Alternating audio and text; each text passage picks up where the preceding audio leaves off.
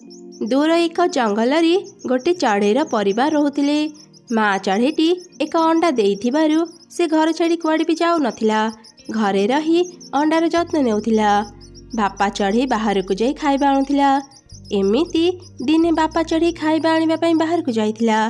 घरे रही माँ चढ़े निज अंडा सह कथा हेउथिला। मो अंडारे छुआ बाहरिबार समय हो गलानी। मोर पुओ हेले मु तार ना देबी गुड्डू, आ झियो हेले ता ना रखिबी गुड्डी।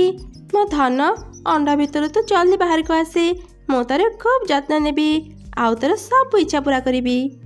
एमिति कही कही माँ चढ़ेटी खुशी होउथिला। ठीक सही समय रे से किछि शब्द सुनिला। आ बसा भितरी अंडा सह लुचि बाहर को देखुथिला। एक शिकारी बंदूक धरी सेठा आसिला। माँ चढ़े जानिथिला से शिकारी प्रतिदिन जंगल को आसी चढ़ेई शिकार करी नहीं जाउथिला। सेथिपाई से किछि भी शब्द न करी ता बसारे लुचि रहिला। शिकारी किछि समय सेठी चढ़ेई को खोजिला, हेले काहाको भी न पाई सेठारु चलीगला। से जीवा परे बापा चढ़े खाइबा धरी घर को आसिला। माँ चढ़े ताको सब घटना कहला। भाग्य भल मु से शिकारी को देखी बसारे लुचि गली, नहले तो से मते आ मो अंडा को सांगरे नहीं जाइथांता। से पक्षी शिकारी आज ए जगह को आसीची माने काली भी निश्चय ए जगह को आसीबो। से जगह विषय जानी गलानी। जेते शीघ्र हेबो आमे ए जगह छाड़ी देबा। मु भाबुची नदी पाख गछरे घर तैयारी कले केमिति हुंता। एते शीघ्र शिकारी माने से जगह को जिबेनी। हाँ तो ठीक कहिचु। नदी पाख गछरे ही आमे घर तैयारी करिबा। सेठी खूब सहजरे खाइबा और पानी मिल जिबो। मु जाउची सेठी एक गछ देखी बसा तैयारी करिबी। मु भी तमा सांगरे जिबी। दुई जण मिसिले शीघ्र घर तैयारी करी सारी देबा। हेले आम अंडा को एका छाड़ी आमे केमिति जाई परिबा, ताकू के जगिबो। तमे व्यस्त हुअनी, मु अंडा को एठी रखी ता ऊपर पत्र घोड़े देबी। घर तैयारी सरिले मु आसी अंडा को नहीं जिबी। तापरि से दुई जण नदी पाखକୁ गले। एक शक्त गछ देखि सेठी घर तैयारी आरंभ कले। सेपटे जोरी पवन बहिबा जोगु चढ़ेर अंडा उपरे थिबा पत्र उड़ीगला। सेही समय दुई काऊ से रास्ता जाउथिले। चढ़े अंडा देखि से माने तळक आसिले। अरे देख को चढ़े बोधे ता अंडा ही बसारे छाड़ी दे चली जाइची। बढ़िया सुजोग, चल ए अंडा नहीं घर को चली जिबा। हाँ तो ठीक कहिचु। काली आम घर को मो मामू आसीबे। से चढ़े अंडा पीबा को बहुत भल पाती। मु तांकु ए अंडा देबी। ना ना मु ए अंडा मो माँ को देबी। मो माँ भी काली आम घर को आसीबा। मो माँ भी अंडा पीबा को भल पाए। से अंडा पीले खूब खुशी हो जिबा। एमिति कथा हेई काऊ आउ तार स्त्री चढ़ेर अंडा को धरी सेठारु चली गले। सेपटे दुई चढ़ई निज घर तैयारी करि सारिथिले। घर तैयारी तो सरीगला, जहाँ बाकी रहिला तुमे करुथाओ। मु जाउची आम अंडा नहीं आसीबी। ठीक अछि, तू जा शीघ्र अंडा धरी चली आसीबो। मो घरे किछि खाइबा रखुथाए। तापरे माँ चढ़ईटी निज अंडा आनिबा पई गला। हेले सेठी पहुँचला पर से देखिला ता बसारे अंडा नाही। मो अंडा कुआडे गला। मो अंडा को सुरक्षित रखिबा पई मो नुआ बसा तैयारी करिथिले, हेले ए कोन हे गला। किए मो अंडा नहीं गला। एमिति कहे माँ चढ़ईटी बहुत कांदिला। कांदी कांदी चारिआडे ता अंडा खोजिला, हेले पाइलानी। शेषरे से ता नुआ बसा को फेरी गला।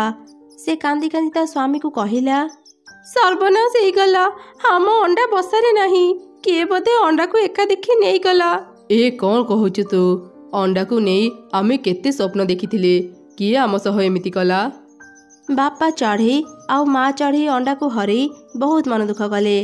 किछि भी न खाई राति सारा से निज अंडा कथा भाबुथिले। सेपटे दुई काऊ चढ़े अंडा पाखरे बसिथिले।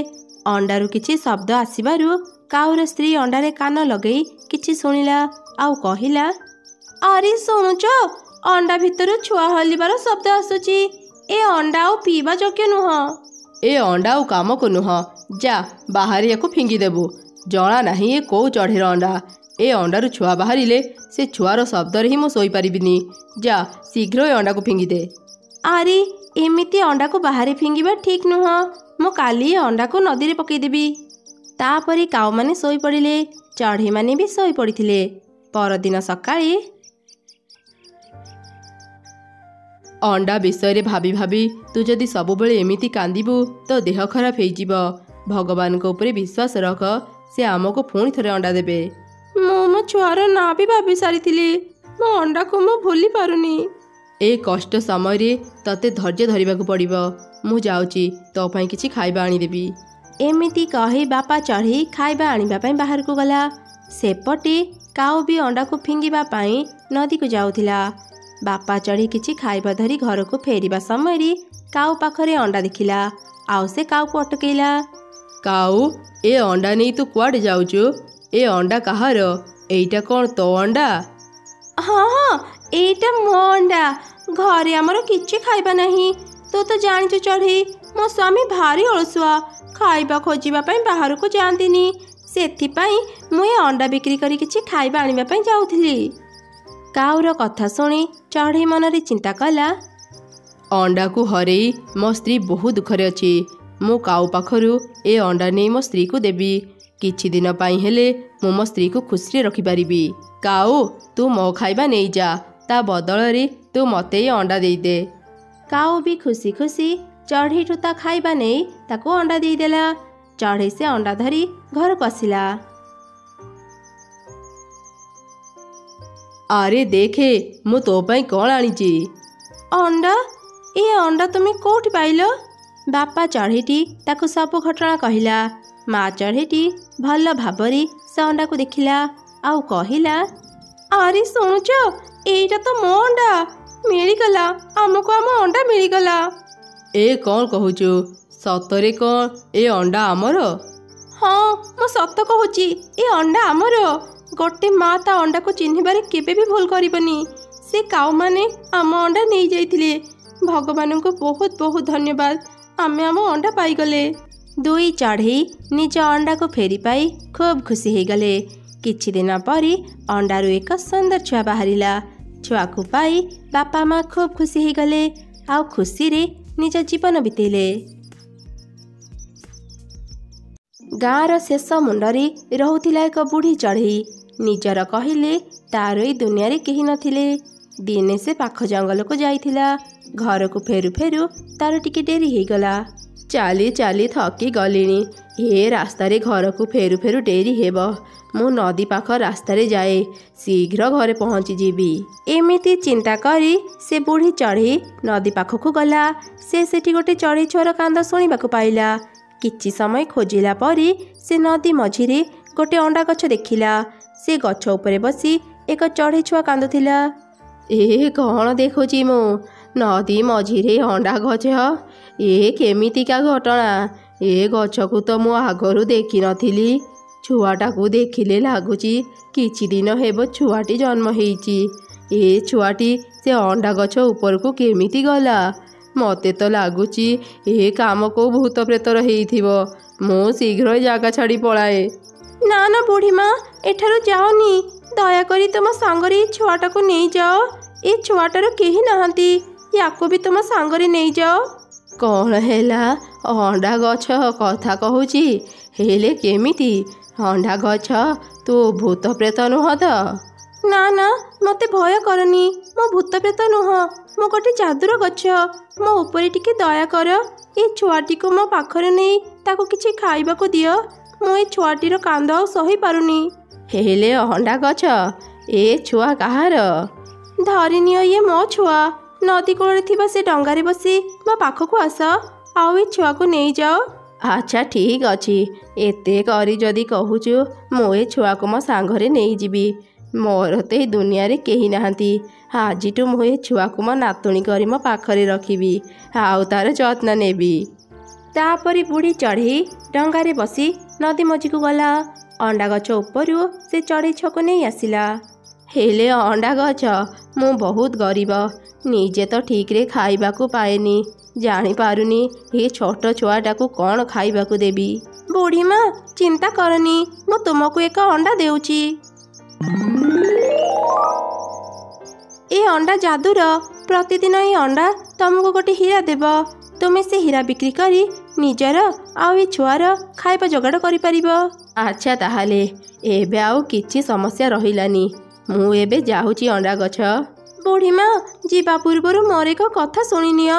ଏ ଛୁଆ 2 ବର୍ଷର ହେଲା ପରି ପରୀମାନଙ୍କ ପରି ତା ଦେହରୁ 2ଟି ଡେଣା ବାହାରିବ। ସେତେବେଳେ ତୁମେ ଏ ଛୁଆକୁ ଧରି ମୋ ପାଖକୁ ଶୀଘ୍ର ଆସିବ, ନହେଲେ ଏ ଛୁଆଟି ବିପଦରେ ପଡ଼ିପାରେ। ବିପଦ? କେମିତିକା ବିପଦ ଅଣ୍ଡା ଗଛ? ଏ କଥା ମୁଁ ଏବେ କହିପାରିବିନି ବୁଢ଼ୀମା। 2 ବର୍ଷ ପରେ ତୁମେ ଏଠାକୁ ଆସିଲେ ସବୁ ଜାଣିପାରିବ। ଏବେ ତୁମେ ଯାଅ, ମୁଁ ତୁମ ଅପେକ୍ଷାରେ ରହିଲି। ବୁଢ଼ୀ ଚଢ଼େଇ ବି ଅଣ୍ଡା ଗଛକୁ ଆଉ କିଛି ନ ପଚାରି ଛୁଆକୁ ଧରି ଘରକୁ ଚାଲିଗଲା। ଛୁଆଟା ଶୋଇ ପଡ଼ିଲାଣି, ଯାଏ ତାକୁ ଶୋଏଇ ଦିଏ। ରାତି ବହୁତ ହେଲାଣି। ଛୁଆଟା ଉଠିବା ପୂର୍ବରୁ ଯାଏ ତା ପାଇଁ କିଛି କ୍ଷୀର ନେଇ ଆସେ। ଏମିତି କହି ବୁଢ଼ୀ ଚଢ଼େଇ ଛୁଆକୁ ସେଠି ଶୋଇଦେଲା। ଆଉ ତାପରେ ସେ ଅଣ୍ଡା ପାଖକୁ ଗଲା। ଅଣ୍ଡା ବୁଢ଼ୀ ଚଢ଼େଇକୁ ଏକ ହୀରା ଦେଲା। ସେ ସେଇ ହୀରା ବିକ୍ରି କରି ଚଢ଼େଇ ଛୁଆ ପାଇଁ କ୍ଷୀର ଆଣିଲା। ଆରେ ମୋ ନାତୁଣୀ ଉଠି ପଡ଼ିଲାଣି, ଏଇ ଦେଖେ ମୁଁ ତୋ ପାଇଁ କ୍ଷୀର ଆଣିଛି, ନେ ଖାଇନେ। ଖା ମା, ପେଟ ପୁରା ଖା। ମୁଁ ତତେ ଜମା ବି କଷ୍ଟ ଦେବିନି, ତୋର ବହୁତ ଯତ୍ନ ନେବି। ଯାଦୁର ଅଣ୍ଡା ପ୍ରତିଦିନ ବୁଢ଼ୀ ଚଢ଼େଇକୁ ଏକ ହୀରା ଦେଉଥିଲା। ବୁଢ଼ୀ ଚଢ଼େଇ ସେ ହୀରା ବିକ୍ରି କରି ଅନେକ ଟଙ୍କା ପାଉଥିଲା। ଧୀରେ ଧୀରେ ସେ ଖୁବ୍ ଧନୀ ହେଇଗଲା। କୌଣସି ଜିନିଷରେ ତାର ଅଭାବ ରହିଲାନି। ଦେଖୁ ଦେଖୁ 2 ବର୍ଷ ବିତିଗଲା। ଚଢ଼େଇ ଛୁଆ ଟିକେ ବଡ଼ ହେଲା ପରେ ତା ଦେହରୁ 2ଟି ଡେଣା ବାହାରିଲା। ଜେଜେମା ଦେଖ, ମୋ ଦେହରୁ କେମିତି 2ଟି ଡେଣା ବାହାରିଛି। ତୁମର ତ ଏପରି ଡେଣା ନାହିଁ, ହେଲେ ମୋର ଏମିତି ଡେଣା କାହିଁକି ବାହାରିଲା? ଲାଗୁଛି ସେ ଅଣ୍ଡା ଗଛ ପାଖକୁ ଯିବାର ସମୟ ହେଇଗଲା। ଚାଲ ମା, ସେଠାକୁ ଯିବା। ମୁଁ ତତେ ସେଠି ସବୁ ଘଟଣା କହିବି। ଅଣ୍ଡା ଗଛ, ଆମେ ତ ପାଖକୁ ଆସି ଯାଇଛୁ। ତ କହିବା ଅନୁସାରେ ଏ ଛୁଆର 2ଟି ଡେଣା ବାହାରିଛି। ତା ଉପରେ କିଛି ବିପଦ ପଡ଼ିବା ପୂର୍ବରୁ ତାକୁ ରକ୍ଷା କର। ତୁମେ ସତ କହୁଛ ବୁଢ଼ୀମା, ଏ ଛୁଆର ଡେଣା ବାହାରିଛି। ଆଜି ମୁଁ ବହୁତ ଖୁସି। ତାକୁ କୁହ ସେ ମୋ ପାଖକୁ ଆସି ତା ଡେଣାରେ ମୋ ଗଛକୁ ଛୁଇଁ ଦେଉ। ଆରେ ଝିଅ, ଯା ସେ ଅଣ୍ଡା ଗଛକୁ ତ ଡେଣାରେ ଛୁଇଁ ଆସିବୁ। ଚଢ଼େଇ ଛୁଆ ନଦୀ ଭିତରକୁ ଯାଇ ତା ଡେଣାରେ ଅଣ୍ଡା ଗଛକୁ ଛୁଇଁ ଦେଲା। ସଙ୍ଗେ ସଙ୍ଗେ ହିଁ ସେ ଅଣ୍ଡା ଗଛଟି ଅଦୃଶ୍ୟ ହେଇ ଏକ ପରୀରେ ବଦଳିଗଲା। ଏ କ'ଣ ଅଣ୍ଡା ଗଛ, ତୁ ପରୀ କେମିତି ହେଲୁ? ବୁଢ଼ୀମା, ସେ ଅନେକ କାହାଣୀ। ଏ ଛୁଆ ମୋ ନିଜ ଛୁଆ। ମୋ ଛୁଆ ଜନ୍ମ ହେବା ପରେ ହିଁ ମୁଁ ଏ ଜଙ୍ଗଲକୁ ଆସିଥିଲି। ଭାରି ଶୋଷ ଲାଗିଲାଣି, ଯାଇ ନଦୀରୁ ପାଣି ପିଇ ଆସେ। ତାପରେ ମୁଁ ମୋ ଛୁଆକୁ ନେଇ ଘରକୁ ଚାଲିଯିବି। ମୁଁ ଯେମିତି ଏ ନଦୀରୁ ପାଣି ପିଇଲି, ଏ ନଦୀ ଭିତରୁ ବାହାରି ଆସିଲା ଏକ ଭୟଙ୍କର ପିଶାଚୀ ଚଢ଼େଇ। ଏ ପରୀ, ତୋର ସାହସ କେମିତି ହେଲା ମୋ ନଦୀରୁ ପାଣି ପିଇବା ପାଇଁ? ଏ ନଦୀର ପାଣି କେହି ପିଅନ୍ତିନି, ତୁ କ'ଣ ଏକଥା ଜାଣିନୁ? ମୋତେ ଭାରି ଶୋଷ ଲାଗୁଥିଲା, ଆଖପାଖରେ ପାଣି ବି ନାହିଁ। ସେଥିପାଇଁ ମୁଁ ଏ ନଦୀରୁ ପାଣି ପିଇଦେଲି। ତୁ ମୋ ନଦୀରୁ ପାଣି ପିଇଛୁ ମାନେ ଏବେ ତୁ ଶାସ୍ତି ପାଇବୁ। ମୁଁ ତତେ ଛାଡ଼ିବିନି। ଏମିତି କହି ସେ ପିଶାଚୀ ମୋତେ ଅଣ୍ଡା ଗଛ ବନେଇ ଏ ନଦୀ ଭିତରେ ରଖିଦେଲା। ମୋ ଛୁଆକୁ ବି ସେ ମୋ ଉପରେ ରଖିଦେଇ ଚାଲିଗଲା। ଦିନେ ମୁଁ ଜଣେ ସାଧୁ ବାବାଙ୍କୁ ଏ ନଦୀ ପାଖରେ ଦେଖିଲି। ତାଙ୍କୁ ସବୁ କଥା କହିବାରୁ ସେ ମୋତେ କହିଲେ, ତତେ ଏ ଅଭିଶାପରୁ କେବଳ ତୋ ଝିଅ ହିଁ ମୁକ୍ତ କରିପାରିବ। ସେ ଯେତେବେଳେ 2 ବର୍ଷର ହେଇଯିବ, ତା ଦେହରେ 2ଟି ଡେଣା ବାହାରିବ। ସେଇ ଡେଣାରେ ସେ ତତେ ଛୁଇଁଲେ ତୁ ଏ ଅଭିଶାପରୁ ମୁକ୍ତ ହେଇଯିବୁ। ସେ ପିଶାଚୀ ଅନେକ ଶକ୍ତିଶାଳୀ। ସେ ବହୁତ ପରୀଙ୍କର କ୍ଷତି କରିଛି। କିନ୍ତୁ ତୋ ଛୁଆ ବଡ଼ ହେଲା ପରେ ତୋ ପାଖରେ ବି ଅନେକ ଶକ୍ତି ଆସିଯିବ। ଆଉ ତୁ ସେ ପିଶାଚୀକୁ ଖୁବ୍ ସହଜରେ ମାରିପାରିବୁ। ସେଥିପାଇଁ ବୁଢ଼ୀମା ସେଦିନ ତୁମକୁ ମୋ ଛୁଆ ଦେଇଥିଲି। ଆଉ ଆଜି ମୋ ଛୁଆ ପାଇଁ ମୁଁ ମୁକ୍ତ ହେଇପାରିଲି। ସବୁ କଥା ଜାଣିଲା ପରେ ବୁଢ଼ୀ ଚଢ଼େଇ ଆଉ ଛୁଆ ଚଢ଼େଇଟି ଖୁବ୍ ଖୁସି ହେଇଗଲେ। ଠିକ୍ ସେତିକି ବେଳେ ପିଶାଚୀ ସେଠି ପହଞ୍ଚିଗଲା। ପରୀ, ତୁ କେମିତି ମୁକ୍ତ ହେଲୁ? କିଏ ତତେ ମୁକ୍ତ କଲା? ମୁଁ ତାକୁ ଛାଡ଼ିବିନି, ମାରିଦେବି ମୁଁ ତାକୁ। ମୁଁ ପୁଣି ତତେ ଅଭିଶାପ ଦେବି, ତୁ ଆଉ କେବେ ବି ମୁକ୍ତ ହେଇପାରିବୁନି। ପିଶାଚୀ, ତୋ ଖେଳ ଏବେ ସରିଗଲା। ତୁ ସେଦିନ ବିନା ଦୋଷରେ ମୋତେ ଅଭିଶାପ ଦେଇଥିଲୁ। ତୋ ପାଇଁ ମୋ ଛୁଆ ପାଖରୁ ଦୂରେଇ ଗଲି।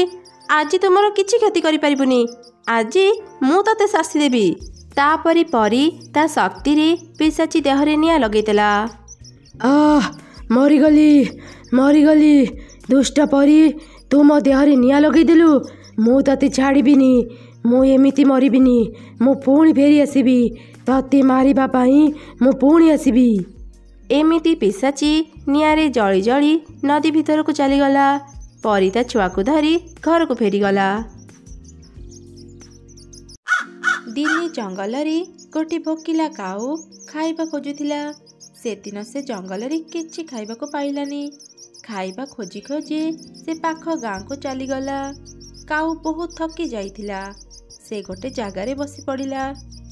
ଆରେ ଏତେ ଖୋଜିଲା ପରେ ବି ମୁଁ ଏ ଗାଁରେ କିଛି ଖାଇବାକୁ ପାଇଲିନି। ଲାଗୁଛି ଆଜି ଉପାସରେ ହିଁ ଘରକୁ ଫେରିବାକୁ ପଡ଼ିବ। ଠିକ୍ ସେହି ସମୟରେ କାଉ ଗୋଟେ ବଢ଼ିଆ ବାସ୍ନା ପାଇଲା। ଆରେ ଏତେ ବଢ଼ିଆ ବାସ୍ନା କୋଉଠୁ ଆସୁଛି? ମୁଁ ସେ ଘର ପାଖକୁ ଯାଇ ଦେଖେ। ଏମିତି କହି କାଉ ସେ ଘରର ଝରକା ପାଖକୁ ଗଲା। ସେ ଦେଖିଲା ଗୋଟେ ସ୍ତ୍ରୀ ଲୋକ ଅଣ୍ଡା ଭାଜୁଛି। ଏ ସ୍ତ୍ରୀ ଲୋକ ଅଣ୍ଡା ସହ କ'ଣ କରୁଛି ଯେ ଏତେ ଭଲ ବାସ୍ନା ଆସୁଛି? ମୁଁ ତାକୁ ଥରେ ପଚାରି ଦେଖେ, ଆପଣ ଏ ଅଣ୍ଡା ସାଙ୍ଗରେ କ'ଣ କରୁଛନ୍ତି ଯେ ଏତେ ବଢ଼ିଆ ବାସ୍ନା ଆସୁଛି? ମୁଁ ଏ ଅଣ୍ଡା ଭାଜୁଛି। ମୋତେ ଅଣ୍ଡା ଭଜା ଖାଇବାକୁ ବହୁତ ଭଲ ଲାଗେ। ମୋତେ କ'ଣ, ଆମ ସବୁ ମଣିଷଙ୍କୁ ଅଣ୍ଡା ଭଜା ଖାଇବାକୁ ଭଲ ଲାଗେ। ଆଚ୍ଛା, ଆମ ସାମ୍ନାରେ ଥରେ ଖାଅ। ମୁଁ ଟିକେ ଦେଖିବି ତୁମେ ଏ ଅଣ୍ଡାକୁ କେମିତି ଖାଉଛ। ଆଚ୍ଛା ହଉ ରହ, ମୁଁ ଭିତରୁ ଟିକେ ଲୁଣ ଆଣେ, ତାପରେ ତତେ ଖାଇକି ଦେଖେଇବି। ଏମିତି କହି ସେ ସ୍ତ୍ରୀ ଲୋକ ଘର ଭିତରକୁ ଚାଲିଗଲା। ସେ ଯିବା ପରେ ପରେ କାଉ ତା ଅଣ୍ଡା ଭଜାକୁ ଧରି ଜଙ୍ଗଲ ଭିତରକୁ ଚାଲିଗଲା। ସେ ଗୋଟେ ଭଲ ଜାଗା ଦେଖି ଅଣ୍ଡାକୁ ରଖି ଖାଇଲା। ତାକୁ ଅଣ୍ଡା ଭଜା ବହୁତ ଭଲ ଲାଗିଲା।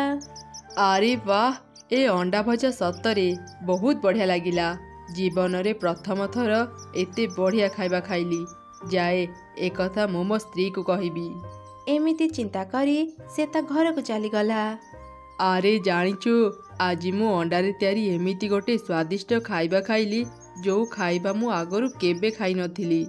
ଏକୁଟିଆ ଖାଇ ମୋ ଆଗରେ ଆସି ତାର ପ୍ରଶଂସା କରୁଛ? ମୋ ପାଇଁ ଟିକେ ତ ହେଲେ ଆଣିପାରିଥାନ୍ତ। ଆରେ ତୁ ଏତେ ବ୍ୟସ୍ତ କାହିଁକି ହେଉଛୁ? ମୋ ପାଖରେ ଏମିତି ଗୋଟେ ଉପାୟ ଅଛି ଯେ ଏବେ ଆମେ ସବୁଦିନ ଅଣ୍ଡା ଭଜା ଖାଇପାରିବା। ତୁ ଘରେ ଥା, କିଛି ସମୟ ପରେ ହିଁ ମୁଁ ତତେ ଅଣ୍ଡା ଭଜା ଖୁଏଇବି। ଏମିତି କହି କାଉ ସେଠାରୁ ଚାଲିଗଲା। କିଛି ଦୂର ଗଲା ପରେ ସେ ଗୋଟେ ଚଢ଼େଇ ବସାରେ ଦୁଇଟି ଅଣ୍ଡା ଦେଖିଲା। କାଉ ଗୋଟେ ଅଣ୍ଡା ଧରି ଘରକୁ ଆସିଲା ଆଉ ଅଣ୍ଡା ଭଜା କରି ତା ସ୍ତ୍ରୀକୁ ଖାଇବା ପାଇଁ ଦେଲା। ତୁ ଏ ଅଣ୍ଡା ଭଜା ଥରେ ଖାଇକି ଦେଖେ, କେମିତି ଲାଗୁଛି କହ। ଏ ଅଣ୍ଡା ଭଜା ଦେଖିବାକୁ ତ ବହୁତ ବଢ଼ିଆ ଲାଗୁଛି, ତାର ସ୍ୱାଦ ବି ଭଲ ହେଇଥିବ। ଏମିତି କହି କାଉର ସ୍ତ୍ରୀ ସେ ଅଣ୍ଡା ଭଜା ଖାଇଲା। ତାକୁ ବି ଅଣ୍ଡା ଭଜା ବହୁତ ଭଲ ଲାଗିଲା। ତମେ ପୁରାପୁରି ଠିକ୍ କଥା କହିଥିଲ। ଅଣ୍ଡା ଭଜା ସତରେ ବହୁତ ବଢ଼ିଆ ଲାଗିଲା। ଆମେ ଏଥର ସବୁଦିନ ଏମିତି ଅଣ୍ଡା ଭଜା ଖାଇବା। ସେପଟେ ମା ଚଢ଼େଇ ନିଜ ଘରକୁ ଫେରି ଦେଖିଲା ତାର ଗୋଟେ ଅଣ୍ଡା ନାହିଁ। ସେ ବହୁତ କାନ୍ଦିଲା। କୋଉ ଦୁଷ୍ଟ ମୋ ଅଣ୍ଡା ନେଇଗଲା। ମୋ ଛୁଆ ଦୁନିଆକୁ ଆସିବା ପୂର୍ବରୁ ହିଁ ସେ ତାକୁ ମାରିଦେଲା।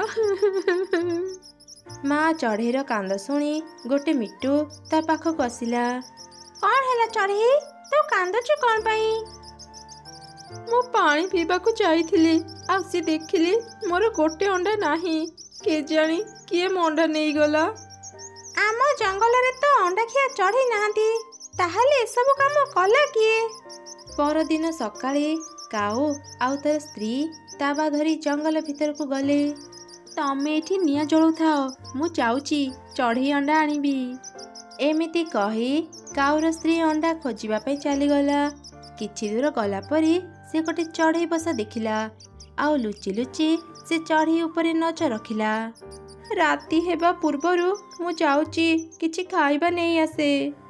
ଏମିତି କହି ସେ ଚଢ଼େଇ ଖାଇବା ଆଣିବା ପାଇଁ ଚାଲିଗଲା। ତା ଉପରେ ନଜର ରଖିଥିବା କାଉର ସ୍ତ୍ରୀ ତା ବସା ପାଖକୁ ଗଲା ଆଉ ତାର ଦୁଇଟି ଅଣ୍ଡା ଚୋରି କରି ନେଇଗଲା। ଆରେ ଏ କ'ଣ, ତୁ ସେ ଚଢ଼େଇର ଦୁଇଟା ଯାକ ଅଣ୍ଡା କାହିଁକି ଆଣିଲୁ? ସେ ତ କାନ୍ଦି କାନ୍ଦି ମରିଯିବ। ସେ ଚଢ଼େଇର ଅଣ୍ଡା ବହୁତ ଛୋଟ, ଗୋଟେ ଅଣ୍ଡା ଆଣିଲେ କ'ଣ ପେଟ ପୁରିଥାନ୍ତା? ତମେ ବେଶୀ କଥା ନ କହି ଶୀଘ୍ର ଏ ଅଣ୍ଡା ଭାଜ, ମୋତେ ଭାରି ଭୋକ ଲାଗିଲାଣି। କାଉ ସେ ଦୁଇଟା ଯାକ ଅଣ୍ଡା ଭାଜିଲା। କାଉର ସ୍ତ୍ରୀ ସବୁ ଅଣ୍ଡା ଖାଇଦେଲା। ଆରେ ବାଃ ବାଃ, ଏ ଅଣ୍ଡା ଭଜା ସତରେ ବହୁତ ବଢ଼ିଆ ହେଇଛି। ସବୁଦିନ ଯଦି ଏମିତି ଅଣ୍ଡା ଭଜା ଖାଇବାକୁ ମିଳନ୍ତା ନା, ମଜା ଆସିଯାଆନ୍ତା। ତୁ ତ ସବୁ ଅଣ୍ଡା ଖାଇଦେଲୁ, ଏବେ ମୁଁ କ'ଣ ଖାଇବି? ମୁଁ ଯାଉଛି ଆଉ ଗୋଟେ ଚଢ଼େଇର ଅଣ୍ଡା ଆଣିବି। ଏମିତି କହି କାଉ ଅଣ୍ଡା ଖୋଜିବା ପାଇଁ ଚାଲିଗଲା। ସେ ଗୋଟେ ପାରାର ବସା ଦେଖିଲା। ସେତେବେଳେ ପାରା ତା ବସାରେ ନଥିଲା। ଏମିତି ଦେଖି କାଉ ତା ବସାରୁ ଗୋଟେ ଅଣ୍ଡା ଚୋରି କରି ନେଇ ଆସିଲା। ପ୍ରଥମେ ମୋ ଅଣ୍ଡା ଚୋରି ହେଲା, ତାପରେ ଚଢ଼େଇର 2ଟା ଯାକ ଅଣ୍ଡା ଚୋରି ହେଲା, ଆଉ ଏବେ ପାରାର ବି ଅଣ୍ଡା ଚୋରି ହେଇଗଲା। ଏମିତି ଯଦି ଚାଲିବ ଦିନେ ଜଙ୍ଗଲର ସବୁ ଚଢ଼େଇଙ୍କ ପାଖରେ ଅଣ୍ଡା ନଥିବ। କେଜାଣି କୋଉ ଦୁଷ୍ଟଟା ଆମର ଅଣ୍ଡା ଚୋରି କଲା। ଜଣା ନାହିଁ ସେ ଆମ ଅଣ୍ଡା ସହିତ କ'ଣ କରିଥିବ। ଯିଏ ବି ମୋ ଅଣ୍ଡା ଚୋରି କରିଛି ମୁଁ ତାକୁ ଜମା ବି ଛାଡ଼ିବିନି।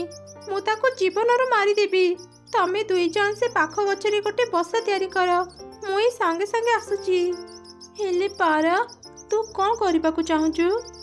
ତମେ ମାନେ ଏବେ ବସା ତିଆରି କର, ମୁଁ ପଛରେ ଏସବୁ କଥା କହିବି। ତାପରେ ପାରା ଏକ ଗୁମ୍ଫା ଭିତରକୁ ଗଲା। ଗୋଟେ ବିଷାକ୍ତ ସାପ ସେ ଗୁମ୍ଫାରେ କିଛି ଅଣ୍ଡା ଦେଇଥିଲା। ସେ ଯେମିତି ବାହାରକୁ ଗଲା, ପାରା ସେ ଅଣ୍ଡା ଭିତରୁ 2ଟା ଅଣ୍ଡା ଧରି ତା ସାଙ୍ଗମାନଙ୍କ ପାଖକୁ ଆସିଲା। ସେମାନେ ତିଆରି ଥିବା ବସାରେ ସେ 2ଟା ଯାକ ଅଣ୍ଡା ରଖିଦେଲା। ଏବେ ଯିଏ ବି ଏ ଅଣ୍ଡା ଖାଇବ ସେ ଆଉ ବଞ୍ଚିବନି। ହେଲେ ପାରା, ଏ ଅଣ୍ଡା ଖାଇଲେ ଜଣେ କେମିତି ମରିବ? ଏ ଅଣ୍ଡା ସାଧାରଣ ଅଣ୍ଡା ନୁହଁ, ଗୋଟେ ବିଷାକ୍ତ ସାପର ଅଣ୍ଡା। ଚାଲ ଏବେ ପଳେଇବା। ସନ୍ଧ୍ୟାରେ ଆସି ଦେଖିବା କିଏ ଅଣ୍ଡା ନେଉଛି। ମୁଁ କାହାକୁ ମାରିବାକୁ ଚାହେଁନି, ହେଲେ ସେ ଦୁଷ୍ଟ ଆମ ଅଣ୍ଡା ସହ ଯାହା ବି କରିଛି ଏଇଟା ତା ପାଇଁ ଠିକ୍ ଶାସ୍ତି। ତାପରେ ସେ ସବୁ ଚଢ଼େଇ ସେଠାରୁ ଚାଲିଗଲେ। କିଛି ସମୟ ପରେ କାଉ ଆଉ ତାର ସ୍ତ୍ରୀ ଅଣ୍ଡା ଖୋଜି ଖୋଜି ସେଇ ଗଛ ପାଖରେ ପହଞ୍ଚିଲେ। ଆରେ ଦେଖ, ଏଇଠି 2ଟା ଅଣ୍ଡା ଅଛି। ଲାଗୁଛି କି ଆଜି ହିଁ ବସା ତିଆରି କରି ଅଣ୍ଡା ଦେଇଛି। ଯାଅ ଶୀଘ୍ର ତାୱା ଗରମ କର, ମୁଁ ଏଇ 2ଟା ଅଣ୍ଡା ନେଇ ଯାଉଛି। ତୁ ଆଗ କହ ଯେ ମତେ ବି ଗୋଟେ ଅଣ୍ଡା ଦେବୁ କି ନାହିଁ। ଯଦି ମତେ ତୁ ଅଣ୍ଡା ନ ଦେବୁ ମୁଁ ଅଣ୍ଡା ଭାଜିବିନି। ଓହୋ, ହଉ ଠିକ୍ ଅଛି, ତମେ ବି ଗୋଟେ ଅଣ୍ଡା ଖାଇବ। ଏବେ ଯାଅ ଶୀଘ୍ର ଏ ଅଣ୍ଡା ଭାଜ। ତାପରେ କାଉ ଆଉ ତାର ସ୍ତ୍ରୀ ସେ ଅଣ୍ଡା ଆଣି ଭାଜିଲେ। ସେମାନେ ଜାଣିନଥିଲେ ସେଗୁଡ଼ା ବିଷାକ୍ତ ଅଣ୍ଡା। ଅଣ୍ଡା ଖାଇବା ପରେ ପରେ ହିଁ କାଉ ଆଉ ତାର ସ୍ତ୍ରୀ ମରିଗଲେ। ଏମିତି ସେମାନଙ୍କୁ ତାଙ୍କ ଭୁଲର ଶାସ୍ତି ମିଳିଲା।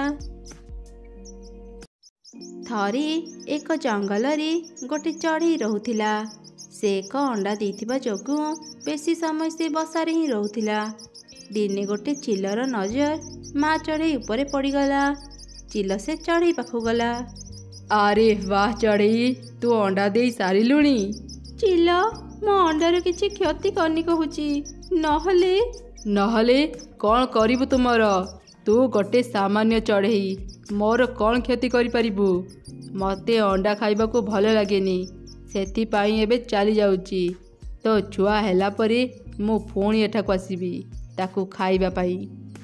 ଚିଲର କଥା ଶୁଣି ମା ଚଢ଼େଇଟି ବହୁତ ଡରିଗଲା। ଚିଲ ଉଡ଼ି ସେଠାରୁ ଚାଲିଗଲା। ଏ ଚିଲର ନଜର ମୋ ଉପରେ ପଡ଼ିଗଲାଣି। ଦିନେ ନା ଦିନେ ସେ ମୋ ଛୁଆକୁ ଖାଇଦେବ। ନା ନା, ଆଉ ଏ ଜଙ୍ଗଲରେ ରହିହେବନି। ମୁଁ ଆଜି ହିଁ ମୋ ଅଣ୍ଡା ଧରି ପାଖ ଜଙ୍ଗଲକୁ ଚାଲିଯିବି। ଏମିତି ଚିନ୍ତା କରି ସେ ଚଢ଼େଇ ତା ଅଣ୍ଡା ଧରି ପାଖ ଜଙ୍ଗଲକୁ ଚାଲିଗଲା। ସେ ଏକ ଗଛରେ ବସିଲା। ସେ ଦେଖିଲା ପାଖ ଗଛରେ ଏକ ଚଢ଼େଇ ବସା ଅଛି। ହେଲେ ସେ ବସାଟି ଥିଲା ବହୁତ ପୁରୁଣା, ଆଉ ଅଳ୍ପ କିଛି ଭାଙ୍ଗି ଯାଇଥିଲା। ଏ ବସାଟି ବହୁତ ଭାଙ୍ଗି ଯାଇଛି। କିଛି ସମୟ ପରେ ରାତି ହେଇଯିବ। ମୁଁ ଏବେ ରହିବି କୋଉଠି? ଆଜି ରାତି ମୁଁ ଏ ଭଙ୍ଗା ବସାରେ ରହିଯାଇଥାଏ। ସକାଳେ ମୁଁ ମୋ ପାଇଁ ନୂଆ ଏକ ବସା ତିଆରି କରିନେବି। ସେଠି ରହିବା ପାଇଁ ଆଉ କିଛି ଭଲ ଜାଗା ନଥିବାରୁ ଚଢ଼େଇ ବାଧ୍ୟ ହେଇ ସେ ଭଙ୍ଗା ଘରେ ରହିଲା। କିଛି ସମୟ ପରେ ରାତି ହେଇଗଲା। ଆଉ 2-3 ଦିନ ପରେ ମୋ ଅଣ୍ଡାରୁ ଛୁଆ ବାହାରିବ। ମୋ ଛୁଆ ଏ ଦୁନିଆକୁ ଆସିଲେ ମୋର ସବୁ ଦୁଃଖ ଦୂର ହେଇଯିବ। ହେଲେ ଚଢ଼େଇର ଦୁଃଖ ତା ପଛ ଛାଡ଼ିଲାନି। ସେ ଶୋଇଯିବା ପରେ ବସାଟି ଭାଙ୍ଗିଗଲା। ବସା ସହ ତା ଅଣ୍ଡା ବି ନଦୀରେ ପଡ଼ି ଭାସିଗଲା। ସକାଳେ ଚଢ଼େଇ ନିଦରୁ ଉଠି ଦେଖିଲା ବସାରେ ତା ଅଣ୍ଡା ନାହିଁ। ବସାର ଗୋଟେ ଅଂଶ ଭାଙ୍ଗି ବି ଯାଇଛି। ଏସବୁ କ'ଣ ହେଇଗଲା? ମୋ ଅଣ୍ଡା କୁଆଡ଼େ ଗଲା? ଚିଲ ଭୟରେ ମୁଁ ମୋ ଘର ଛାଡ଼ିଲି, ତଥାପି ମୁଁ ମୋ ଅଣ୍ଡାକୁ ରକ୍ଷା କରିପାରିଲିନି। ଏବେ ମୁଁ ମୋ ଅଣ୍ଡାକୁ କେମିତି ପାଇବି? ଏମିତି କହି ଚଢ଼େଇଟି କାନ୍ଦିବାକୁ ଲାଗିଲା। ସେପଟେ ତା ଅଣ୍ଡା ଭାସି ଭାସି ଗୋଟେ କୂଳରେ ଲାଗିଲା। ସେଦିନ ସୂର୍ଯ୍ୟର ପ୍ରଖର ବହୁତ ଥିଲା। ସୂର୍ଯ୍ୟର ଆଲୁଅ ସିଧା ସେ ଅଣ୍ଡା ଉପରେ ପଡ଼ୁଥିଲା। ଏତେ ଗରମ ହେବା ଯୋଗୁଁ ଅଣ୍ଡା ଭାଙ୍ଗି ସେଥିରୁ ଗୋଟେ ଚଢ଼େଇ ଛୁଆ ବାହାରିଲା। ଚଢ଼େଇ ଛୁଆ ବାହାରିବା ପରେ ସେଠାରେ କାହାକୁ ବି ଦେଖିବାକୁ ପାଇଲାନି। ସେ ଭୟରେ ଏକ ବୁଦା ମୂଳେ ଲୁଚିଗଲା। ଏଠି ତ କେହି ବି ନାହାନ୍ତି। ମୁଁ ଯେତେବେଳେ ଅଣ୍ଡା ଭିତରେ ଥିଲି ମୁଁ ଜଣଙ୍କର ସ୍ୱର ଶୁଣିଥିଲି, ହେଲେ ଏଠି ତ କେହି ନାହାନ୍ତି। ମୁଁ ଏବେ କୁଆଡ଼େ ଯିବି? ବୁଦା ମୂଳରେ କିଛି ଚାଉଳ ଦାନା ପଡ଼ିଥିଲା। ଚଢ଼େଇ ଛୁଆକୁ ଭୋକ ଲାଗିବାରୁ ସେ ସେଇ ଖାଇବା ଖାଇଲା, ଆଉ ସେ ବୁଦା ଭିତରେ ଲୁଚି ରହିଲା। ସେପଟେ ମା ଚଢ଼େଇଟି ନଦୀରେ ଭଙ୍ଗା ବସାଟି ଭାସୁଥିବାର ଦେଖିଲା। ନଦୀ, ମୋତେ ମୋ ଅଣ୍ଡା ଫେରେଇ ଦେ। 2-3 ଦିନ ପରେ ମୋ ଅଣ୍ଡାରୁ ଛୁଆ ବାହାରିବ। ମୋତେ ମୋ ଅଣ୍ଡା ଫେରେଇ ଦେ ନଦୀ। ମା ଚଢ଼େଇର ଏମିତି କାନ୍ଦ ଶୁଣି ଜଙ୍ଗଲର କିଛି ଚଢ଼େଇ ସେଠାକୁ ଆସିଲେ। କ'ଣ ହେଇଛି ଭଉଣୀ, ତୁମେ ଏମିତି କାନ୍ଦୁଛ କ'ଣ ପାଇଁ? କାଲି ରାତିରେ ମୋ ଅଣ୍ଡା ଏ ନଦୀରେ ପଡ଼ିଯାଇଛି। ଏ ନଦୀ ମୋ ଅଣ୍ଡାକୁ ଚୋରି କରି ନେଇଯାଇଛି। ସେ ମୋତେ ମୋ ଅଣ୍ଡା ଫେରଉନି। ମୋ ଅଣ୍ଡାରୁ ଛୁଆ ବାହାରିବାର ସମୟ ହେଇଯାଇଛି। ମୁଁ ଏ ନଦୀକୁ ମୋ ଅଣ୍ଡା ଯେତେ ମାଗିଲେ ବି ସେ ମୋ ଅଣ୍ଡା ଦେଉନି। ଲାଗୁଛି ଏ ଚଢ଼େଇର ଅଣ୍ଡା ନଦୀରେ ପଡ଼ି ନଷ୍ଟ ହେଇଯାଇଛି। ସେଇ ଦୁଃଖରେ ଇଏ ଏମିତି ପାଗଳି ଭଳି କଥା କହୁଛି। ତାକୁ ଏଠି ଏକା ଛାଡ଼ି ଯିବାଟା ଠିକ୍ ହେବନି। ତାର ଏ ଦୁଃଖ ସମୟରେ ଆମେ ତାକୁ ସାହାଯ୍ୟ କରିବା ଉଚିତ। ଚଢ଼େଇ ଭଉଣୀ, ତୁମେ ଆଉ କାନ୍ଦନି। ମୋ ସାଙ୍ଗରେ ମୋ ଘରକୁ ଚାଲ। ନଦୀ ମୋତେ କହିଛି ସେ 2 ଦିନ ଭିତରେ ତୁମକୁ ତୁମ ଅଣ୍ଡା ଫେରେଇ ଦେବ। ହେଲେ ନଦୀ ମୋ ସହ କାହିଁକି କଥା ହେଉନି? ସେ ମୋ ଅଣ୍ଡା ଚୋରି କରିଛି ବୋଲି ମୋତେ ଡରୁଛି ନା? ଏ ନଦୀ, ମୋତେ ଶୀଘ୍ର ମୋ ଅଣ୍ଡା ଫେରେଇ ଦେ। ଯଦି ମୋ ଅଣ୍ଡା ନ ଦେବୁ ମୁଁ ତୋର ସବୁ ପାଣି ପିଇଦେବି। ଚଢ଼େଇ ଭଉଣୀ, ତୁମେ ଚିନ୍ତା କରନି। ସେ କହିଛି ପରା 2 ଦିନ ଭିତରେ ସେ ତୁମକୁ ତୁମ ଅଣ୍ଡା ଫେରେଇ ଦେବ। ଏବେ ତୁମେ ମୋ ସାଙ୍ଗରେ ମୋ ଘରକୁ ଚାଲ। ତାପରେ ମା ଚଢ଼େଇଟି ସେ ଚଢ଼େଇ ସାଙ୍ଗରେ ତା ଘରକୁ ଚାଲିଗଲା। ମା, ଇଏ କିଏ? ତୁମେ କାହାକୁ ଆମ ଘରକୁ ଆଣିଛ? ଆରେ ଧନ, ଇଏ ବହୁତ ଦୁଃଖୀ ଚଢ଼େଇଟିଏ। ତୁ ୟାଙ୍କୁ ମାଉସୀ ଡାକିବୁ। ନଦୀରେ ପଡ଼ି ତାଙ୍କ ଅଣ୍ଡା ନଷ୍ଟ ହେଇଯାଇଛି। ସେଇ ଦୁଃଖରେ ସେ ଏମିତି ପାଗଳି ହେଇଯାଇଛି। ସତରେ ମା, ଏ ଚଢ଼େଇ ମାଉସୀଙ୍କର ବହୁତ ଦୁଃଖ। ମା, ମୋତେ ଭାରି ଶୋଷ ଲାଗିଲାଣି। ମୁଁ ଯାଉଛି ନଦୀରୁ ପାଣି ପିଇ ଆସିବି। ଠିକ୍ ଅଛି, ଯା। ହେଲେ ବେଶୀ ଦୂରକୁ ଯିବୁନି। ଶୀଘ୍ର ଘରକୁ ଫେରି ଆସିବୁ। ଏମିତି ସେ ଚଢ଼େଇ ଛୁଆଟି ଉଡ଼ି ସେଠାରୁ ଚାଲିଗଲା। ସେ ନୂଆ ନୂଆ ଉଡ଼ିବା ଶିଖୁଥିଲା। ଉଡ଼ି ଉଡ଼ି ସେ ଦୂରକୁ ଚାଲିଗଲା। ସେ ଗୋଟେ ଗଛରେ ଯାଇ ବସିଲା। ସେ ସେଇ ଗଛ ଉପରେ ବସିଥିଲା ଯେଉଁ ଗଛ ତଳେ ଚଢ଼େଇ ଛୁଆ ଲୁଚିଥିଲା। ମା କହିଥିଲା ଶୀଘ୍ର ଘରକୁ ଫେରିବୁ। ଚାଲ ଏବେ ପାଣି ପିଇ ଘରକୁ ଯିବି। ଆରେ, ଏ ଚଢ଼େଇ ଛୁଆଟି କିଏ? ଏମିତି ଗଛ ତଳେ ସେ ଲୁଚୁଛି କ'ଣ ପାଇଁ? ଆରେ ଚଢ଼େଇ ଛୁଆ, ତୁ ମୋତେ ଭୟ କରନି। ମୁଁ ତୋର କିଛି କ୍ଷତି କରିବିନି। ହେଲେ ତୁ ଏଠି ଲୁଚୁଛୁ କ'ଣ ପାଇଁ? ଆଉ ତୋ ମା କୁଆଡ଼େ ଗଲା? ମା, ସେ କିଏ? ମୁଁ ତ ଜାଣିନି। ମା ସିଏ ଯିଏ ଆମକୁ ଜନ୍ମ ଦେଇଛି, ଆଉ ସେ ଆମକୁ ସବୁଠୁ ବେଶୀ ଭଲ ପାଏ। ମୁଁ ଯେତେବେଳେ ଅଣ୍ଡା ଭିତରେ ଥିଲି ଜଣଙ୍କର ସ୍ୱର ଶୁଣିଥିଲି, ହେଲେ ଅଣ୍ଡାରୁ ବାହାରିଲା ପରେ ମୁଁ କାହାକୁ ବି ଦେଖିବାକୁ ପାଇଲିନି। ନଦୀ ପାଖରେ ଏ ଛୁଆ ଜନ୍ମ ନେଇଛି। ଅଣ୍ଡାରୁ ବାହାରିଲା ପରେ ସେ କାହାକୁ ବି ଦେଖିବାକୁ ପାଇନି। ଲାଗୁଛି ଏ ଛୁଆ ନିଶ୍ଚୟ ସେ ଚଢ଼େଇ ମାଉସୀଙ୍କର। ଏ ଛୁଆ ଦେଖିବାକୁ ବି ଠିକ୍ ଚଢ଼େଇ ମାଉସୀଙ୍କ ଭଳି। ଆଚ୍ଛା ଚଢ଼େଇ ଛୁଆ, ତୁ ଉଡ଼ି ଶିଖିଛୁ? ନା, ମୁଁ ଉଡ଼ି ଶିଖିନି। କେମିତି ଉଡ଼ନ୍ତି ମୁଁ ତ ଜାଣିନି। ସନ୍ଧ୍ୟା ତ ହେଇଗଲାଣି। ମୁଁ ଶୀଘ୍ର ମା ପାଖକୁ ଯାଇ ଏକଥା ଜଣାଏ। ଏମିତି ଚିନ୍ତା କରି ସେ ଶୀଘ୍ର ତା ଘରକୁ ଫେରିଲା, ଆଉ ତା ମାକୁ ସବୁ କଥା ଜଣାଇଲା। ସମସ୍ତେ ତୁରନ୍ତ ସେ ଗଛ ପାଖକୁ ଗଲେ। ଆରେ ଚଢ଼େଇ ଭଉଣୀ, ତୁମେ ନଦୀକୁ ଏବେ ତୁମ ଅଣ୍ଡା ମାଗ। ସେ ତୁମକୁ ତୁମ ଅଣ୍ଡା ଫେରେଇ ଦେବ। ନଦୀ, ଏ ନଦୀ, ମୋତେ ମୋ ଅଣ୍ଡା ଫେରେଇ ଦେ। ମୁଁ ମୋ ଛୁଆ ବିନା ବଞ୍ଚି ପାରିବିନି। ମା ଚଢ଼େଇର ସ୍ୱର ତା ଛୁଆ ଚିହ୍ନି ପାରିଲା। ସେ ଦୌଡ଼ିକି ତା ମା ପାଖକୁ ଚାଲି ଆସିଲା। ମା, ମୋ ମା, ମୁଁ ମୋ ମାକୁ ପାଇଛି। ମୁଁ ଯେତେବେଳେ ଅଣ୍ଡା ଭିତରେ ଥିଲି ଏଇ ସ୍ୱରକୁ ଶୁଣୁଥିଲି। ମା ଚଢ଼େଇ ବି ତା ଛୁଆକୁ ଚିହ୍ନି ପାରିଲା। ଏମିତି ଗୋଟେ ମା ତା ଛୁଆକୁ ଫେରି ପାଇ ବହୁତ ଖୁସି ହେଲା। ଦିନେ ଗୋଟେ କାଉ ଜଙ୍ଗଲରେ ଖାଇବା ଖୋଜୁଥିଲା। ଏତେ ସମୟ ଧରି ଖାଇବା ଖୋଜୁଛି, ହେଲେ ଆଜି କୋଉଠି ବି ଖାଇବା ପାଇଲେନି। ଜଙ୍ଗଲର ଉତ୍ତର ଦିଗକୁ ଯାଇ ଦେଖେ, ହୁଏତ ସେଠି କିଛି ଖାଇବା ପାଇଯିବି। ଏମିତି ଚିନ୍ତା କରି କାଉ ଜଙ୍ଗଲର ଉତ୍ତର ଦିଗକୁ ଗଲା। ହଠାତ୍ ସେଠି ସେ ଗୋଟେ ବଡ଼ ଅଣ୍ଡା ପଡ଼ିଥିବାର ଦେଖିଲା। ସେ ସେଇ ଅଣ୍ଡା ପାଖକୁ ଗଲା। ଆରେ ଏତେ ବଡ଼ ଅଣ୍ଡା ଏଠି ପଡ଼ିଛି, ନିଶ୍ଚୟ ଏଇଟା କୋଉ ପକ୍ଷୀର ଅଣ୍ଡା ହେଇଥିବ। ମୁଁ ଏ ଅଣ୍ଡା ମୋ ଘରକୁ ନେଇଯାଏ, କିଛି ଦିନ ମତେ ଆଉ ଖାଇବା ଖୋଜିବାକୁ ପଡ଼ିବନି। ଏମିତି ଚିନ୍ତା କରି କାଉ ସେ ବଡ଼ ଅଣ୍ଡାକୁ ଉଠେଇବାକୁ ଚେଷ୍ଟା କଲା, ହେଲେ ପାରିଲାନି। ଓହୋ, ଏଇଟା ଅଣ୍ଡା ନା ପଥର? ଏତେ ଚେଷ୍ଟା କଲା ପରେ ବି ମୁଁ ଏ ଅଣ୍ଡାକୁ ଉଠେଇ ପାରୁନି। ନା, ଏଇଟା ଅଣ୍ଡା ହେଇନଥିବ। ଅଣ୍ଡା କେବେ ବି ଏତେ ଓଜନିଆ ନୁହଁ। ଏଇଟା ନିଶ୍ଚୟ କୋଉ ସାଧା ପଥର। ମୁଁ ବେକାର ଏ ପଥରକୁ ଉଠଉଥିଲି। ଏମିତି କହି କାଉ ସେଠାରୁ ଚାଲିଗଲା। ସେ ଯିବା ପରେ କିଛି ଚଢ଼େଇ ଛୁଆ ଖେଳିବା ପାଇଁ ସେ ଜାଗାକୁ ଆସିଲେ।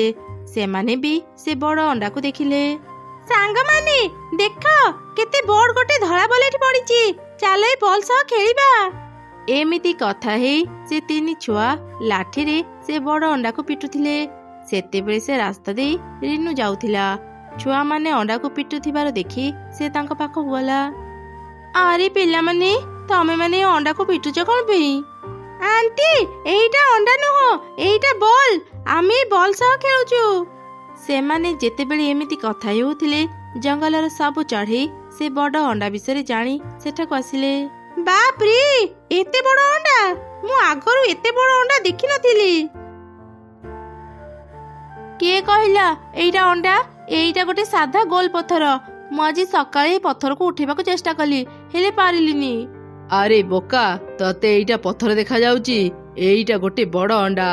ମତେ ତ ଲାଗୁଛି ଏଇଟା ନିଶ୍ଚୟ କୋଉ ଅଶୁଭ ଅଣ୍ଡା ହେଇଥିବ। ଏ ଅଣ୍ଡା ଆମ ଜଙ୍ଗଲବାସୀଙ୍କ ଉପରେ ବିପଦ ଆଣିପାରେ। ଚାଲ ସମସ୍ତେ ମିଶି ଏ ଅଶୁଭ ଅଣ୍ଡାକୁ ଭାଙ୍ଗିଦେବା। ସବୁ ଚଢ଼େଇ ତା କଥାରେ ରାଜି ହେଇଗଲେ, ଆଉ ସେ ଅଣ୍ଡାକୁ ଭାଙ୍ଗିବା ଆରମ୍ଭ କଲେ। ଯେମିତି ସେମାନେ ସେ ଅଣ୍ଡା ଭାଙ୍ଗିଲେ, ଅଣ୍ଡା ଭିତରୁ ଏକ ଲାଲ ପକ୍ଷୀ ଛୁଆ ବାହାରିଲା। ଆରେ ଏ କଣ? ଏ ଅଣ୍ଡା ଭିତରୁ ଏମିତି ଅଦ୍ଭୁତ ଲାଲ ପକ୍ଷୀ ଛୁଆ କଣ ବାହାରିଲା? ମତେ ତ ଲାଗୁଛି କୋଉ ତାନ୍ତ୍ରିକ ଆମର କ୍ଷତି କରିବା ପାଇଁ ଏ ପକ୍ଷୀ ଛୁଆକୁ ଅଣ୍ଡା ଭିତରେ ଭର୍ତ୍ତି କରି ଏଠାକୁ ପଠେଇଛି। ଏ ଛୁଆ ଆମର କିଛି କ୍ଷତି କରିବା ପୂର୍ବରୁ ଚାଲ ଆମେ ଏବେ ହିଁ ଏ ଛୁଆକୁ ମାରିଦେବା। ଆରେ ଆରେ, ତମେ ମାନେ ଏସବୁ କଣ କହୁଛ? ତମ ମାନଙ୍କ ମନରେ କଣ ଟିକେ ବି ଦୟା ନାହିଁ? ଏତେ ଛୋଟ ଛୁଆଟି ତମର କଣ କ୍ଷତି କରିଛି ଯେ ତାକୁ ମାରିବାକୁ ଚାହୁଁଛ? ଏ ଛୁଆ ଦେହରେ କେହି ବି ହାତ ମାରିବନି। ଆଜିଠୁ ଇଏ ମୋ ଛୁଆ। ମୁଁ ୟାକୁ ମୋ ଘରକୁ ନେଇଯିବି। ମୋ ନିଜ ଛୁଆ ସହ ମୁଁ ୟାକୁ ବି ବଡ଼ କରିବି। ଆରେ ରେନୁ, ତୋ ମୁଣ୍ଡ କଣ ଖରାପ ହେଇଯାଇଛି? ତୁ ଏ ଅଶୁଭ ଛୁଆକୁ ନିଜ ଘରେ ନେଇ ପାଳିବାକୁ ଚାହୁଁଛୁ? ଭବିଷ୍ୟତରେ ଯଦି ଏ ଛୁଆ କାହାର କ୍ଷତି କରେ, ସେଥିପାଇଁ ତୁ ଦାୟୀ ରହିବୁ। ମନେ ରଖିବୁ କଥା। ହଁ, ମୁଁ ତୁମର ସବୁ କଥାରେ ରାଜି, ତଥାପି ଏ ଛୁଆକୁ ମାରନି। ଏମିତି କହି ରିନୁ ସେ ଲାଲ ଛୁଆକୁ ଧରି ଘରକୁ ଆସିଲା। ଘରେ ତାର ଛୋଟ ଝିଅ ତାକୁ ଅପେକ୍ଷା କରିଥିଲା। ମା, ଏ ଲାଲ ଛୁଆଟି କିଏ? ତୁମେ କାହାକୁ ସାଙ୍ଗରେ ଆଣିଛ? ମାରି, ଆଜିଠୁ ଇଏ ତୋର ଭଉଣୀ। ଇଏ ଆମ ସାଙ୍ଗରେ ଆମ ଘରେ ରହିବ। ଏମିତି ରିନୁ ତା ଝିଅକୁ ସବୁ ଘଟଣା କହିଲା। ସେବେଠାରୁ ସେ ଦୁଇ ଛୁଆଙ୍କର ସମାନ ଯତ୍ନ ନେଇ ପାଳୁଥିଲା। ଦିନେ ରାତିରେ ସେମାନେ ଶୋଇଥିଲେ। ଅଧରାତିରେ ହଠାତ୍ ସେ ଲାଲ ଛୁଆଟି ଉଠି ପଡ଼ିଲା। ପରୀମାନଙ୍କ ପରି ତାର ଦୁଇଟି ଡେଣା ବାହାରିଲା। ସେ ଉଡ଼ି ଉଡ଼ି ଘର ବାହାରକୁ ଚାଲିଗଲା। ତା ଶବ୍ଦରେ ରିନୁ ଆଉ ତା ଝିଅର ନିଦ ଭାଙ୍ଗିଗଲା। ଲାଲ ଛୁଆକୁ ଘରେ ନ ଦେଖି ସେମାନେ ତାକୁ ଖୋଜିବା ପାଇଁ ବାହାରକୁ ଗଲେ। ସେମାନେ ଦେଖିଲେ ଲାଲ ଛୁଆଟି ତାଙ୍କ ଘର ବାହାରେ ଉଡୁଥିଲା। ମା, ଦେଖ, ସେ ଲାଲ ଛୁଆ ଦେହରେ କେମିତି ଏକ ଅଦ୍ଭୁତ ଦୁଇଟି ଡେଣା ଅଛି। ଏମିତି ଡେଣା ତ ପରୀମାନଙ୍କର ଥାଏ। ତା ମାନେ କଣ ଏ ଛୁଆଟି ଗୋଟେ ପରିଛୁଆ? ସେମାନେ ଏପରି ଚିନ୍ତା କରୁଥିବା ସମୟରେ ଏକ ପରୀ ସେଠାକୁ ଆସିଲା, ଆଉ ସେ ଲାଲ ଛୁଆକୁ ଜାବୁଡ଼ି ଧରିଲା। ଯା ହେଉ ମା, ଏତେ ଦିନ ପରେ ଯାଇ ମୁଁ ତତେ ଫେରି ପାଇଲି। କିଏ ତୁମେ? ଏ ଲାଲ ଛୁଆକୁ ତୁମେ ଏମିତି କାହିଁକି ଧରିଛ? ତୁମେ କଣ ଏ ଛୁଆର ମା? ହଁ, ମୁଁ ଏ ଛୁଆର ମା। ମୋ ଛୁଆଟି ଦିନେ ଭୁଲରେ ଏକ ତାନ୍ତ୍ରିକର ଧ୍ୟାନ ଭାଙ୍ଗି ଦେଇଥିଲା। ସେ ତାନ୍ତ୍ରିକ ରାଗରେ ମୋ ଛୁଆକୁ ଏକ ଅଣ୍ଡା ଭିତରେ ବନ୍ଦୀ କରିଦେଇଥିଲା। ମୁଁ ମୋ ଛୁଆକୁ ଫେରି ପାଇବା ପାଇଁ ତା ପାଖରେ ନେହୁରା ହେବାରୁ ସେ ମତେ କହିଲା, ଏବେ ମୁଁ ଏ ଅଣ୍ଡା ନେଇ ଜଙ୍ଗଲ ଭିତରେ ଫିଙ୍ଗିଦେବି। ଗୋଟେ ଭଲ ଚଢ଼େଇ ତ ଛୁଆକୁ ପାଳିବ। तू जदि निज छुआ को खोजिकी पाइबू तेबे जाई तो छुआ अभिशाप मुक्त हेब आउ तते चिन्हि पारिब। सेदिन परठारु मु जंगल जंगल बुली सबु चढ़ेईଙ୍କ घरକୁ ଯାଉଥିଲି। तो घरକୁ ଯିବା ସମୟରେ ମୁଁ ମୋ ଛୁଆକୁ ଏଠି ଉଡୁଥିବାର ଦେଖିଲି। ସେଥିପାଇଁ ତଳକୁ ଚାଲି ଆସିଲି। ଚଢ଼େଇ ତତେ ବହୁତ ବହୁତ ଧନ୍ୟବାଦ। ଏତେ ଦିନ ତୁ ମୋ ଛୁଆକୁ ପାଳିଥିଲୁ। ଏବେ ମୁଁ ମୋ ଛୁଆକୁ ମୋ ସାଙ୍ଗରେ ନେଇଯିବାକୁ ଚାହୁଁଛି। ତୁମେ ଏ ଛୁଆର ନିଜ ମା। ତୁମେ ନିଜ ଛୁଆକୁ ନିଜ ସାଙ୍ଗରେ ନେଇଯାଅ। ମୋର ଏଥିରେ କିଛି ଆପତ୍ତି ନାହିଁ। ସତରେ ଚଢ଼େଇ ତୁ ବହୁତ ଭଲ। ମୁଁ ତତେ କିଛି ଉପହାର ଦେବାକୁ ଚାହୁଁଛି। ଏଇ ନେ। ଆଜିଠୁ ଏ ସବୁ ତମ ମାନଙ୍କର। ତମେ ମାନେ ଖୁସିରେ ରୁହ। ମୁଁ ଏବେ ଯାଉଛି। ଏମିତି କହି ସେ ପରି ନିଜ ଛୁଆକୁ ନେଇ ସେଠାରୁ ଚାଲିଗଲା। ଦୁଇ ମା ଛୁଆ ଏତେ ସାରା ସୁନା ଦେଖି ଖୁବ୍ ଖୁସି ଥିଲେ। ସେମାନେ ସେ ସୁନା ଧରି ନିଜ ଘରକୁ ଫେରି ଆସିଲେ।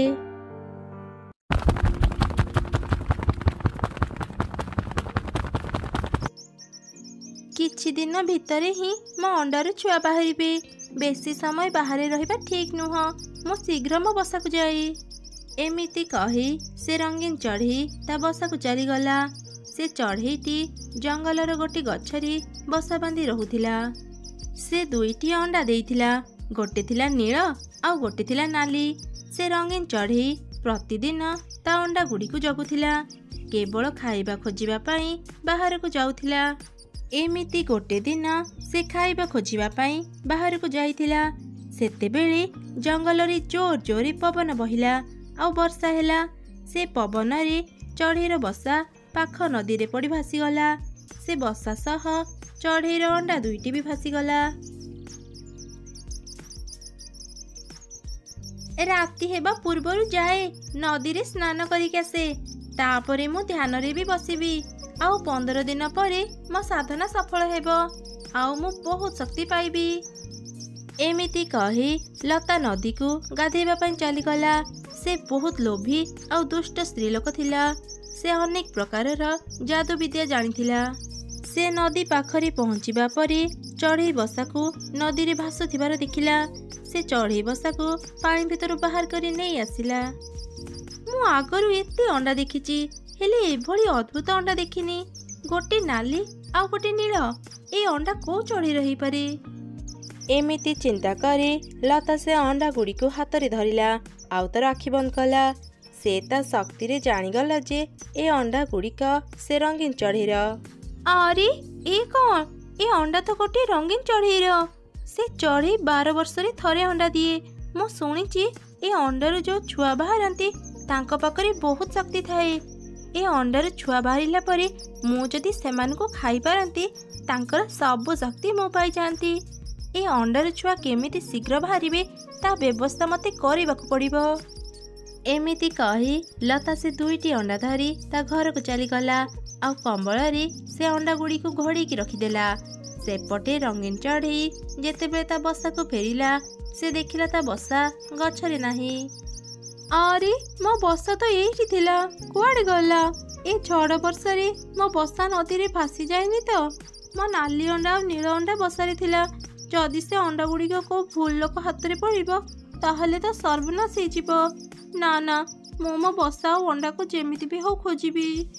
ଏମିତି କହି ଚଢ଼େଇ ତା ଅଣ୍ଡା ଖୋଜିବା ପାଇଁ ଚାଲିଗଲା। ସେପଟେ ଲତା ସେ ଅଣ୍ଡାରୁ ଛୁଆ ବାହାର କରିବା ପାଇଁ ଲାଗି ପଡ଼ିଥିଲା। କିଛି ଦିନ ବିତିଗଲା।